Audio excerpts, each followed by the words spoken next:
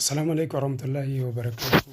أردفتو تقنيا خبجمو كاكالي ولد ديفينة جرقا الراس بارتي صدفة رفين سنما قبابتي جرو ديريسوف خججتي جرو كنچن چنة قدو لف خا دمي جرو مو واقع إني مهيرو قدو لف خا قلتي جرو مو واقع إني فردتو قدو لف خا قجيجوي ججباتي جرو مو واقع إني لوچاتو دوا إسا حبشن قبني رفني فيديو خنانجت أمراتي لقيفتني يوردفتن akkaataa itti himamu kana irraa itti yoo hojjettanii ifin tajaajiltan guyyaa 5 keessatti rifeensa kan ka'e luuccaa godhuu feetus meerisiisuu feetus ta'uu dhibdee rifeensa irraa walaba godhuu fedhan guyyaa 5 takkataataayii ganama galgala fayyadamu.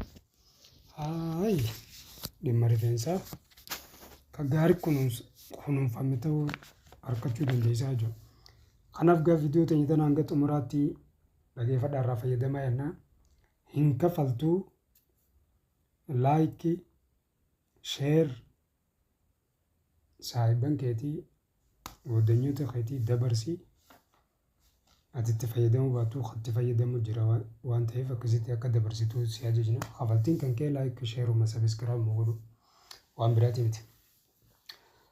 Meesar supplementary kan egaa wal'aansa idilee kan irratti kan argamu innaa Itoophiyaa keessaa Harar Nook bakka jedhamutti zaatan achitti argama. Kilinikni guddaan achitti agalgilooti kannina dhibdeen nuti wal'aannurraayis dhibdeen nuti agalgilooti kanninurraayis kilinika keenyatti tajaajila yeroo dheeraaf kannaa kan ture keessattuu baasuur kentaarota dhibee jedhamu jechuudha. Baasuur daqiiqaa 30 keessatti bakka isaaf ilaalan malitti wal'aannee walaba taasifna.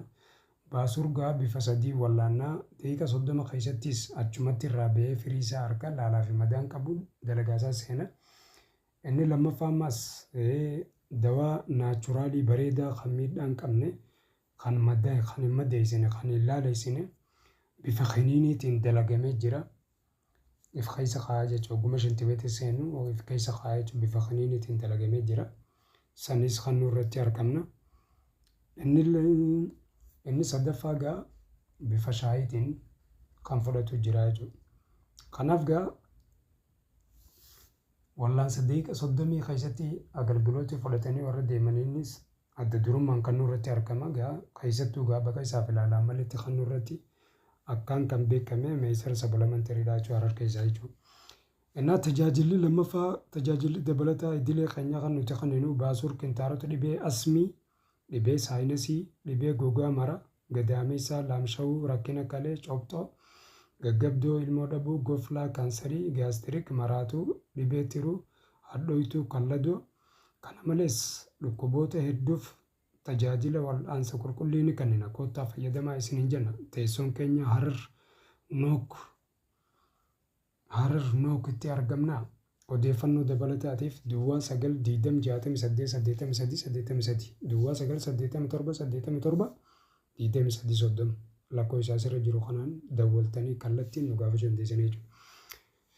Inni lammaffaa yaada dabalataa wanni nuti isinii barbaannu dawaan asirratti isinii himnu yoo isinirra wal fakkaate yoo adda isin hin bahin kan isin dhibu taate innaa kallattiin dawwaltanii sun qunnamuu dandeessan. Lakkoofsa keenya kana seef godhatanii imoodhaa fi waatsaappii fi feesbuukaa fi teelegiraamaa fi yoo xiqqaate miidiyaalee sabquunnamtii hawaasaa 7 fayyadamna. 7 irrattuu nu qunnamuu dandeessanii jechuudha. Hanga tiwutaraatti jechuudha.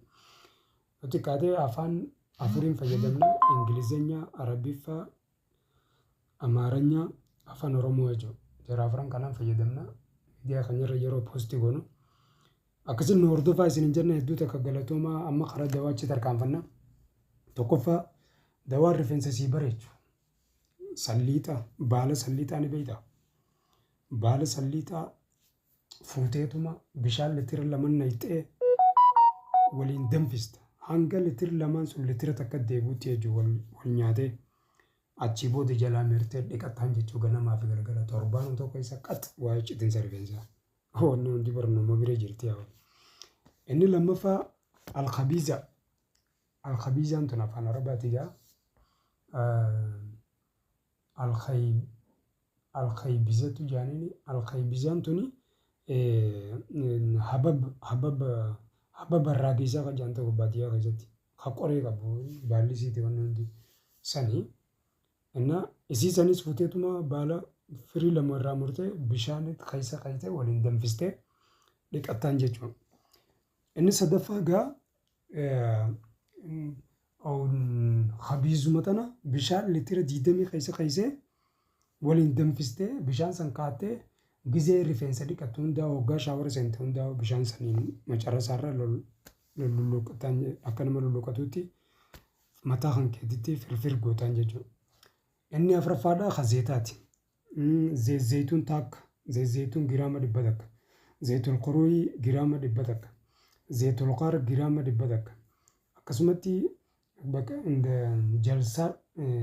jalsaraat jedhamu jalsiir jedhanii giraama 100 jara afran kana waliif fiddeeti giraama 100 fuutee waliif fiddee eega waliin laayitee booda qillee habba lama cabsitee biicaa isiisan keessaa fuutee biicaa isiisan lamaan waliin laayitee akkasitti keessee ganamaa fi galgala godhataa jechuudha. Kuunfaan kaaddaati haa akka ajaa'ibaatti. Kan irraa xumuraa innaa obboleen xiyyaa waa hunda daran caalaa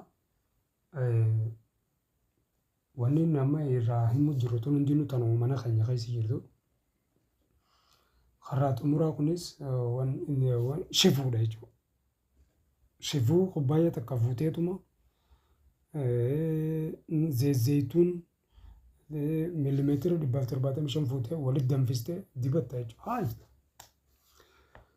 Akkasitti dawaan shanan kana fakkaata gaa waan isin dhibe irraa gaafachuu dandeessanii obboleen keenya hedduu takka galatoomaa. Gaafii qabdanii fi yaada qabdaniif nu barreessaa nuuf dawwalaa kallattiidhaan kunuu lakkoofsa keenyaa asirra jiran nu qunnamuu dandeessanii meesira sabalamantaarii kan ilkaalii filannoo teessan godhatanii nu dhaggeeffachuu keessaniif hedduu takka galatoomaa gaafii yaada keessanii nutti hundoonee dawaa adda addaa isinii dhiyeessina hanga dawaa biraatti